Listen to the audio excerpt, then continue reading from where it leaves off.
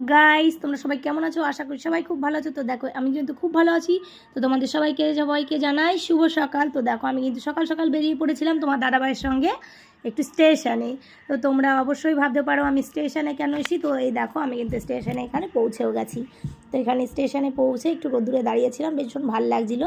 তো তোমাদেরকে আগে জানাই আমি স্টেশনে কেন, কারণ আমি সকাল সকাল আমি আমার বাপের বাড়িতে যাচ্ছিলাম, কারণ একটু রিটার্ন করব, সেখান থেকে আবার রিটার্ন আসবো আমি। তো সেই জন্য কিন্তু আমি ভালোই সকালে সকালে বেরিয়ে পড়েছিলাম ওই 6টা নাগাদ। তো এই দেখো এখানে কিন্তু তোমার দাদাভাই মেয়েকে নিয়ে কিন্তু অলরেডি লিফটে চাপানো শুরু করে দিয়েছে, কারণ ও ভীষণই কান্না করছিল যে ও লিফটে উঠবে।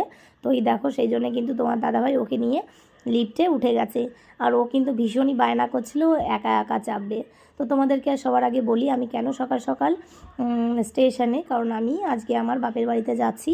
তো সেখান থেকে আমি রিটার্ন করব, কারণ অনেকটাই দূর। তোমরা ভাবতে পারো হয়তো রিটার্ন করব কাছাকাছি, তো না, আমার বাপের বাড়ি যেতে কিন্তু প্রায় 2 ঘন্টা লাগে, এখান থেকে অনেকটাই দূর।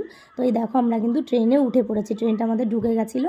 তো এই দেখো দেখতেই পাচ্ছ তোমার দাদাভাই সকাল সকাল খাবারটা নিয়ে হাতে বসে পড়েছে।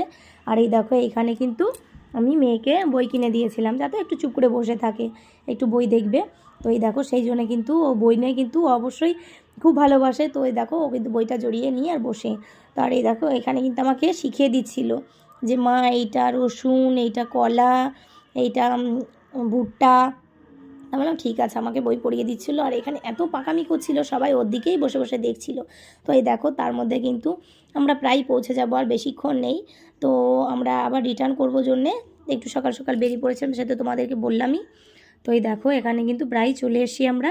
তো তোমরা কারা কারা এরকম ঘুরে আবার চলে আসো কাছাকাছি, তো তোমরা কিন্তু অবশ্যই সবাই জানিও কমেন্ট করে। আর আমার ভিডিওটা কেমন লাগলো তোমরা কিন্তু অবশ্যই জানিও। টাটা, বাই বাই, সবাইকে গুড মর্নিং।